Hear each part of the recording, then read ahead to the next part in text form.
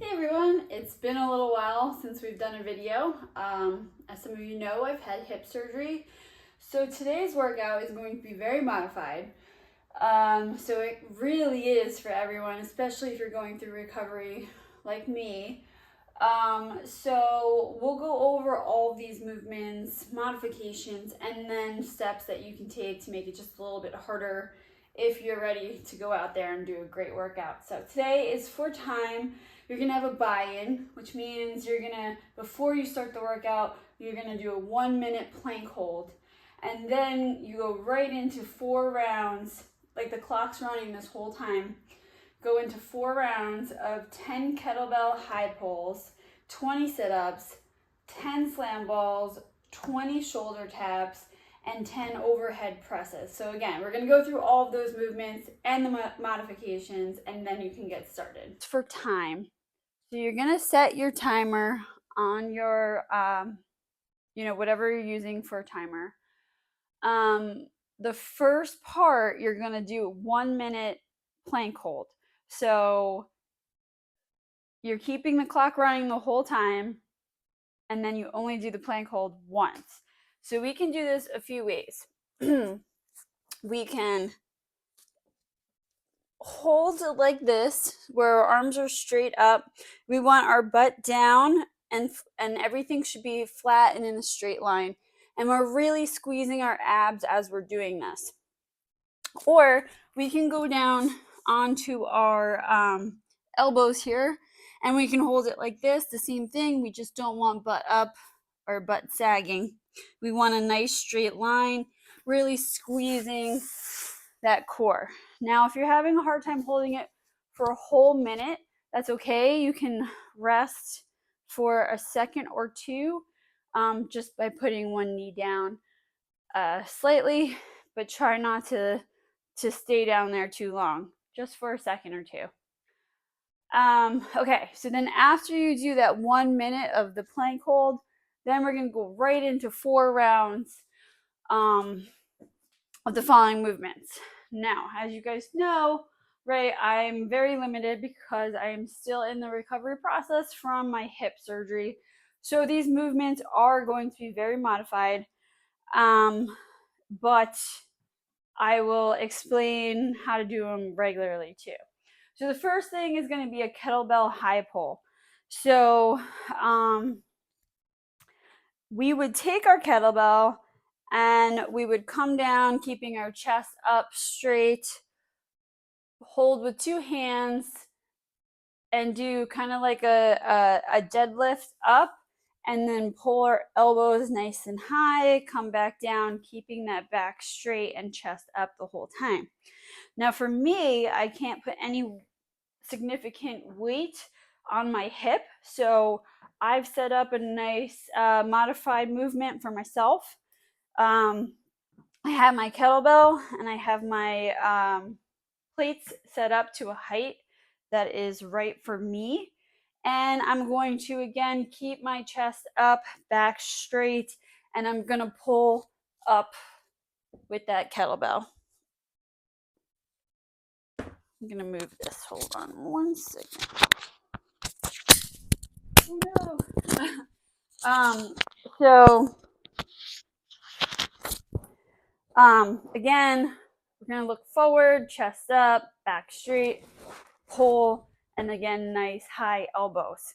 Now, another movement you can do if you don't have a kettlebell, if you're working with bands, if you're new, this is another good one. We want to set our band up on the ground, and we're going to step on the outside of it, right? And we're going to pull up into the middle of our legs. And we're going to come down and high pull that band up as well. So when we come down, you want to bring those knees back, chest up, back straight, stand all the way up till our hips are hinged, all the way are not hinged anymore and are already locked out at the top. Everything's locked up, and we pull nice and high with those elbows. So those are the different movements for that kettlebell high pull. And next is the sit-up. So I'm just able to do sit-ups now. So you're going to come up. You ideally want to touch your toes. Me personally, I can't right now because it's just a little too much of a hinge in that hip for me. So I come up to about my shins. If you're modifying, you can come up to your knees as well.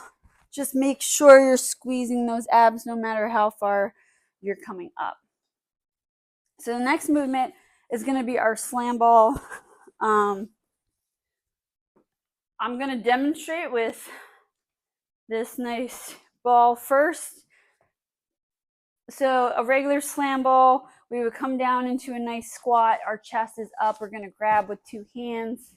Now again, I can't do too much of that squat, but we want our knees to come out, chest up, come down. We're going to pull all the way up and all the way forward.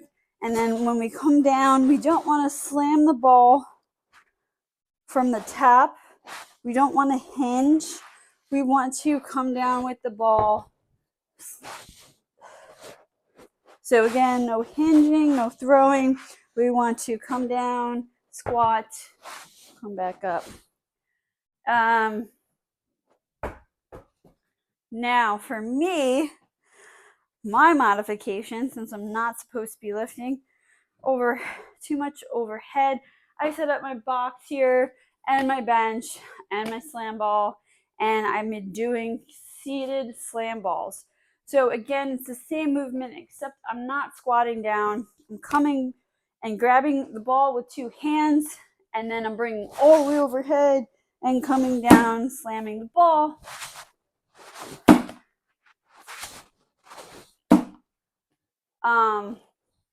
So those are the two kind of movements. Now you can go with a nice light slam ball for further modifications, right, me? Okay, so the next one is going to be our shoulder tap. Now usually I show you this in a handstand position, but due to circumstances, there will be no handstands today. Sorry to disappoint you. Sorry to disappoint you, Mimis. So we're going to set up back in that plank position on the ground. And we want a nice flat, straight body. Our butt's down, not sagging or up. And we're going to squeeze those abs, and we're going to try not to rock back and forth. You can spread your legs a little wider for a wider stance, but really squeezing those abs are going to keep you where you want to be, so you're not rocking back and forth. Now you can set up a little bit harder and have your feet up just a little bit as well, or you can go ahead and do a handstand position, or have your legs up higher like on a box or something. But again, we're just tapping. It should be a nice, slow, controlled movement. The other thing is you can go on your knees and kind of lean forward. And again, we are just squeezing those abs as we're doing this. So last movement is going to be our overhead press. Of course, we can do this with a barbell. I can't right now, but so if we're standing, we want to be standing nice and straight and tall. Our back should be straight at all times. It's a strict press, so you want to go light. Some key things that I see people do with the barbell that hinders them from lifting heavy, or they start hurting that lower back. So we want to make sure that we're squeezing our glutes together and our shoulders are back, and we're pushing straight up, come down, move that head out of the way, and then come up, put the head through at the top. What I see is people are loose, and so they're rocking back and forth. This when you're squeezing everything lower body, it's going to create a nice stable platform for you. What we also don't want to do is the lean back, and that's what's going to get that lower back. We don't want to be, we want everything stacked on top of each other. So our legs, our spine, our shoulders, everything should be stacked, supporting each other as you push that weight overhead. So we can also use a band.